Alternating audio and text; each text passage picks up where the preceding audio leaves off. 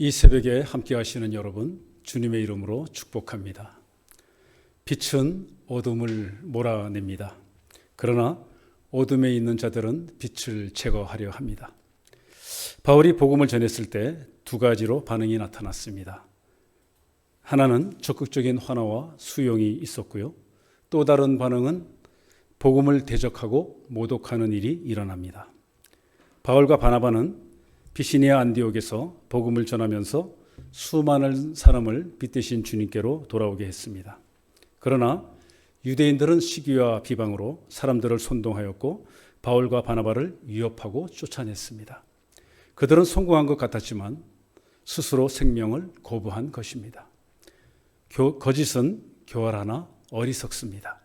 십자가의 도가 멸망하는 자들에게는 미련한 것이요 구원받는 우리에게는 하나님의 능력이 되는 것입니다. 결국 복음 전도는 악한 세상에 대한 전쟁 선포입니다.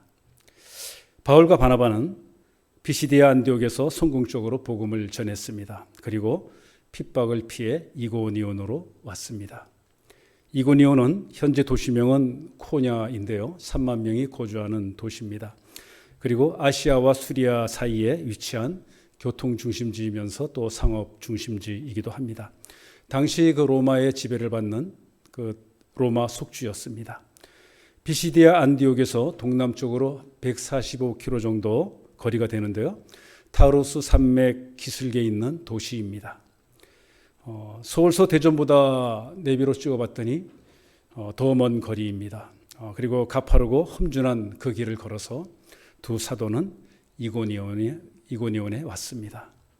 14절 1절 함께 보겠습니다. 이에 이고니온에서 두 사도가 함께 유대인의 회당에 들어가 말하니 유대와 헬라의 허다한 무리가 믿더라. 우리는 여기서 중요한 두 가지 사실을 배우게 됩니다. 첫 번째는 어디를 가든지 두 사도는 동일한 복음을 전하고 있다는 것입니다. 그들의 메시지는 변함이 없었습니다. 그 복음의 핵심은 성경대로 죽으시고 성경대로 부활하신 예수 그리스도였습니다. 바울과 바나바의 가슴 속에는 끓어오르는 것이 있었죠. 그것은 부활 예수님이었습니다. 그 예수님을 전하지 않고는 견딜 수 없는 마음이 그들에게 있었습니다. 그리고 도착하는 지역마다 유대인 회당을 먼저 찾아 복음을 전하곤 했죠. 유대인 회당을 먼저 찾아가는 이유에 대해서는 같은 피가 흐르는 동족인 유대인을 향한 마음도 있었겠죠. 그런데 지금 더 큰 이유는 성경에 관심이 많은 사람들이 모이는 회당이었기 때문에 이방 전도의 전진 기지로 타깃을 삼은 것이라 생각이 됩니다. 사실 바울의 입장에서 볼 때 회당은 전도 양양한 청년에게 성공적인 그런 자리였죠. 가멜리엘 그 문화생으로 가장 뛰어났던 그 자신의 그 성경 지식을 논하면서 늘 즐겨 찾았던 곳이었습니다. 그리고 명예와 권력을 한 손에 쥘 수 있는 사내들인 법정을 향한 그 공회원을 향한 그 자신의 성공을 보장해 주는 그런 장소였죠. 하지만 다메섹 도상에서 예수님을 만나 변화된 후로 이제 회당은 자신의 목숨을 부지하기 위해서 피해야 하는 장소가 되었습니다. 박해자에서 전도자로 급변한 그 사울을 죽이려 했던 유대인들이 있었던 곳이었습니다. 그래서 그들을 피해 10년여 고향 다소로 자신을 피하게 했던 살기등등했던 그 유대인들이 생각나는 장소, 그곳이 바로 회당이었습니다. 여러분은 어떤 음식을 먹고 잘못 먹어서 죽을 정도로 혼났던 그런 기억이 있으십니까? 아마 한두 번은 있을 것 같습니다. 저도 있었습니다. 근데 그 다음부터는 이상하게 그 음식에 대한 안 좋았던 그 기억 때문에 몸이 거부 반응을 심적으로도 그렇게 됐겠죠. 그런 일이 있었던 기억이 있습니다. 지금도 그 음식에 대해서는 아직도 거부 반응이 좀 있습니다. 먹어도 탈이 날 것 같고요. 우리는 그 바나바와 함께 간 이 바울이 지금 그 기억의 장소인 회당으로 가고 있습니다. 어찌 보면 제 발로 호랑이 굴에 들어가는 격이죠. 호랑이 굴인 줄 알고 죽을 각오로 들어가고 있는 것입니다. 정면 승부라는 그 말은 이럴 때 어울리는 단어가 아닐까 생각이 됩니다. 이게 어떻게 가능한 걸까요? 가능한 것인가요? 목적이 분명한 사람은 환경이 또 상황이 중요하지가 않습니다. 바울은 부활 주님을 만났던 사람입니다. 죄사함을 통해 십자가의 사랑으로 탕감받았고 의의 생명 주심의 은혜를 입었던 사람입니다. 그 복음을 전해야 할 목적이 그래서 너무나 분명하기 때문에 바울은 그 메시지를 전할 때마다 모든 상황을 뛰어넘을 수 있었던 것이죠. 오직 빛 대신 부활 주님을 전해야겠기에 빛을 제거하려는 어둠의 대적자들 속으로 들어갔고 그에 따른 핍박과 고통과 오해가 뒤따랐지만 바울은 그 부활 주님 때문에 치러야 할 대가와 희생을 결코 두려워하지 않았습니다. 사도 바울은 고린도전서 2장 2절에서 이렇게 말합니다. 내가 너희 중에서 예수 그리스도와 그의 십자가에 못 박히신 것 외에는 아무것도 알지 않기로 작정하였습니다. 그리고 갈라디아 6장 14절에선 이렇게 이야기합니다. 우리 주 예수 그리스도의 십자가 외에 결코 자랑할 것이 없다라고 말합니다. 바울은 오직 예수님만 말하려 하고 예수님만 전하려 합니다. 나를 사로잡고 있는 분이 예수 그리스도이시고 그분을 위해서라면 내가 죽을 수 있고 그분을 위해서라면 내가 무엇이든 할 수 있다는 바울의 그 믿음이 오늘 저와 여러분의 믿음 되기를 주님의 이름으로 축원합니다. 두 번째는요, 복음은 하나님의 능력입니다. 사도 바울은 로마서 1장 16절에서 복음은 유대인과 헬라인을 비롯한 모든 믿는 자에게 구원을 주시는 하나님의 능력이 된다라고 했습니다. 그래서 1절 하반에 유대와 헬라의 허다한 무리가 전도를 받고 믿게 되었습니다. 복음의 대상은 그가 누구이며 어떠한 사람인가가 중요하지 않습니다. 환경도 중요하지 않습니다. 모든 상황에서 복음은 하나님의 능력인 것입니다. 복음이 선포되는 곳에 기적이 일어납니다. 구원의 능력이 나타납니다. 복음은 가물어 메마른 땅의 생명의 담비와도 같은 것입니다. 복음을 들은 그들의 메마른 영혼에 하나님의 생명이 임하는 것을 그 회당에 모였던 심령이 가난한 그들이 느끼게 된 것입니다. 이것이 복음입니다. 그런데 반대로 부정적인 반응이 있었습니다. 복음을 거부하고 대적하는 자들이 있었습니다. 2절입니다. 함께 보시겠습니다. 그러나 순종하지 아니하는 유대인들이 이방인들의 마음을 선동하여 형제들에게 악감을 품게 하거늘. 네. 복음 증거의 현장에는 은혜와 감격이라는 순풍뿐만이 아니라 핍박이라는 역풍도 존재함을 보게 됩니다. 순종하지 아니하는 유대인들은 복음을 받아들이지 않고 오히려 비시디아 안디옥에서처럼 반감을 품고 있는 유대인들의 모습입니다. 사도행전 13장 46절에서 두 사도를 시기하고 비방함으로 두 사도가 그들을 향해서 이렇게 이야기했습니다. 너희가 복음을 버리고 영생을 얻기에 합당치 않은 자로 자처했던 자들이라. 그렇게 여긴 것과 같은 의미의 유대인들이라 생각합니다. 순종하지 아니하는 유대인들은 복음을 듣기 전에 이미 불순종의 영으로 가득 차 있다는 것입니다. 그들이 누구입니까?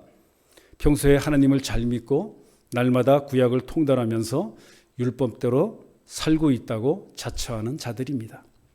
하나님의 말씀을 거부하는 사람의 심령 깊은 곳에는요, 이미 마귀의 영, 불순종의 영, 거역하는 영이 그 사람을 지배하고 있음을 봅니다. 복음에 관한 한 일단 거부하고 보는 것입니다. 영생의 복음을 전하는 자를 반대하고 회방하는 그 유대인들의 행위 자체를 보면 자신들이 스스로 그러한 자들이라는 사실을 지금 공개적으로 드러내고 있는 것입니다. 순종하지 아니하는 유대인들은 지금 복음을 듣기 위해 모인 이방인들의 마음을 흔들어 놓고 있습니다. 더구나 당시 유대인들의 생각 속에는 전통적으로 이방인들은 하층민으로 취급하고 부정한 자라 여겼고 접촉을 꺼려했습니다. 더군다나 선민인 자신들과 함께 하나님의 나라에 참여할 권리가 없다고 유대인들은 보고 있었기 때문에 이방인들의 마음을 선동해서 두 사도에게 악감을 품게 했습니다. 이처럼 거부하고 회방하고 불순종하는 자들을 보면서 이에 대해 사도 바울과 그 바나바는 어떻게 대처했는지 함께 3절을 보시겠습니다. 두 사도가 오래 있어 주를 힘입어 담대히 말하니 주께서 그들의 손으로 표적과 기사를 행하게 하여 주사 자기 은혜의 말씀을 증언하시니. 네, 먼저 두 사도는 오래 머물러 있었습니다. 늘 그랬던 것처럼 대적자들로 인해 상황이 더 악화될 줄 알면서도 오래 머물러 있었던 그 이유는 무엇일까요? 오래에 해당하는 헬라어를 찾아봤습니다. 히카노스라고 하는데 넉넉한, 충분한이라는 의미였습니다. 그래서 오래라는 말은 양육하기에 넉넉할 정도로 충분히라는 의미로 이해될 수 있습니다. 영적으로 어린 형제들이었기 때문에 그들을 말씀으로 양육해서 굳건히 서도록 힘쓰는 사도들의 모습을 봅니다. 또한 핍박이 있기에 이를 알고도 더 적극적으로 담대하게 주님 안에서 접근하고 있음을 보게 됩니다. 야고보서 4장 7절은 이렇게 전합니다. 그런즉 너희는 하나님께 복종할지어다. 마귀를 대적하라. 그리하면 너희를 피하리라. 바울과 바나바는 영적으로 밀리지 않고 주님을 의지하면서 그들에게 담대히 복음을 전하였습니다. 누가는 3절 하반에서 주께서 그들의 손으로 표적과 기사를 행하게 하여 주사 자기 은혜의 말씀을 증언하시니라고 기록하고 있는데요. 부활하신 주님께서 자신의 은혜의 말씀으로 증언하셨다라는 것과 두 사도의 손을 통해 표적과 이적들을 보여주셨음을 나타내고 있습니다. 이것은 주님이 사도들 안에서 직접 행하신다는 말씀인 것입니다. 그렇습니다. 증언하시는 이도 표적을 행하시는 이도 주님이심을 보여주고 있습니다. 사도행전 11장 22절에 보면 주의 손이 그들과 함께 하심에 수많은 사람들이 믿고 주께 돌아오더라. 아멘. 저와 여러분이 바울과 바나바처럼 주의 손에 붙들린 자 되기를 원합니다. 주의 손에 이끌림 받겠다는 믿음의 사람 되기를 원합니다. 저와 여러분이 주를 힘입어 은혜의 복음을 전하고 생명 살리는 통로로 쓰임 받기를 주님의 이름으로 축원합니다. 그렇게 복음을 전했더니 4절에서 5절 함께 보겠습니다. 그 시내의 무리가 나뉘어 유대인을 따르는 자도 있고 두 사도를 따르는 자도 있는지라. 이방인과 유대인과 그 관리들이 두 사도를 모욕하고 돌로 치려고 달려드니. 여기서 우리는 불순한 유머를 믿고 유대인을 쫓는 자와 복음을 전한 두 사도를 쫓는 자, 이 두 그룹으로 나뉘어져 있음을 보게 됩니다. 바꿔 말하면 같은 복음을 전했는데 변하지 않은 무리와 변화된 무리로 나뉘었다는 것이죠. 하나님은 두 사도에게 그들의 메시지가 참되다는 것을 확증할 수 있도록 큰 기적을 행할 수 있는 권능을 주셨습니다. 그러나 사람들은 나뉘어져 있습니다. 여기서 우리는 두 사도가 주를 힘입어 복음을 전했고 표적과 기사를 행했음에도 모든 사람이 설득되지 않았다는 사실을 보게 됩니다. 이를 통해서 우리는 복음을 전하는 통로이지 그들이 변화되도록 설득하고 이끄시는 것은 성령님이심을 보게 하십니다. 그렇습니다. 말씀대로 우리는 복음의 씨앗을 심고 거두시는 분은 하나님이신 것입니다. 마음이 악독한 자들에게 자극을 받은 군중들, 사도들이 사역 중에 만난 그 어떤 경우보다도 지금 그 군중들은 더 잔혹한 자들이 되어 있습니다. 분명한 것은요, 사도들은 반대하는 이방인과 이방인을 접촉조차 꺼려했던 유대인 종교 지도자들 그 사이에 일시적인 연합이 형성되어 있다는 사실입니다. 이것은 마치 예수님을 죽이기 위해서 한때 원수지간이었던 헤롯과 총독 본디오 빌라도가 연합하는 모습과 흡사하지 않습니까? 사탄의 비열하고도 교묘한 그런 술책입니다. 그들은 사도들을 능욕하고 돌로 치기로 결정하였습니다. 그래서 복음은 두 가지 본질을 잘 보여줍니다. 첫 번째는요, 복음의 구별 기능입니다. 십자가와 부활 복음은 하나님의 백성을 만들어냅니다. 동시에 대적이 누구인지를 드러내줍니다. 그런데 가장 강력한 적이 누구입니까? 바로 하나님을 믿고 성경을 소유했다고 생각하는 사람들입니다. 그들은 율법을 실천하고 하나님의 뜻에 도덕적으로 반응한다고 우리는 잘하고 있다고 주장하는 사람들입니다. 지금 다루고 있는 이 바울 시대의 유대인들과 이에 동조하는 세력들 또한 그렇습니다. 오늘날은 누구입니까? 속사람보다 외형을 중시하는 율법적이고 바리새적인 그리스도인들일 것입니다. 13장에서 보여주었듯이 십자가 죽음을 이기고 부활하신 그 주님과의 인격적인 교제 없이는 인간은 결코 경건에 이룰 수 없다는 사실을 그들은 보여주고 있는 것이죠. 두 번째는요, 복음의 구원 방식입니다. 유대인들은 영원한 생명, 곧 구원이 그들만의 소유이고 특권이라 여겼습니다. 그러나 사도 바울은 유대인이 거부하면 즉시 구원이 이방인에게로 옮겨갈 것이라고 사도행전 13장 46절에서 말했죠. 구원의 대상으로 작정된 자는 어느 곳에 있더라도 복음이 찾아간다는 것입니다. 그러나 복음을 해방한 자들은 하나님 나라와 구원을 거부한 책임을 스스로 져야 할 것입니다. 그렇게 복음은 박해와 핍박을 통해서도 더 성장하고 더 전파되고 있다는 사실입니다. 왜냐하면 이 세상에는 대적자들도 있지만 하나님의 구원 초청에 응답함으로 영생을 얻기에 합당한 자들이, 심령이 가난한 그런 자들이 훨씬 더 많고 또 여전히 지금도 있기 때문입니다. 다행히도 그 사도들은 그 음모를 미리 알고 또 듣고 피합니다. 6절과 7절 함께 읽겠습니다. 그들이 알고 도망하여 루가오니아의 두 성 루스드라와 더베와 그 근방으로 가서 거기서 복음을 전하니라. 네, 이고니온에서 남쪽으로 30-40km 지점에 루스드라고 하는 작은 도시가 있고 그 아래 더 내려가면 70-80km 정도의 더베가 있습니다. 결국 그 피시디아 안디옥에서 떠나서 더베까지 가게 되는데요. 200km가 훨씬 넘는 거리가 됩니다. 서울 송파에서 대구광역시 시청까지를 내비로 찍어봤습니다. 잘 포장된 차도로 223km 나오더군요. 거의 흡사한 거리입니다. 그런데 두 사도가 가는 곳은 그것도 걸어서요. 험한 타우루스 산맥을 타고 넘는 가파른 길입니다. 등산 다 가보셨죠? 얼마나 험한 산 가보셨습니까? 그 길을 내가 간다고 상상해 보시기 바랍니다. 지금처럼 히말라야 에베레스트를 넘어도 될 만한 텐트를 우리는 갖고 있고 좋은 등산복을 갖고 있고 등산화를 신을 수 있습니다.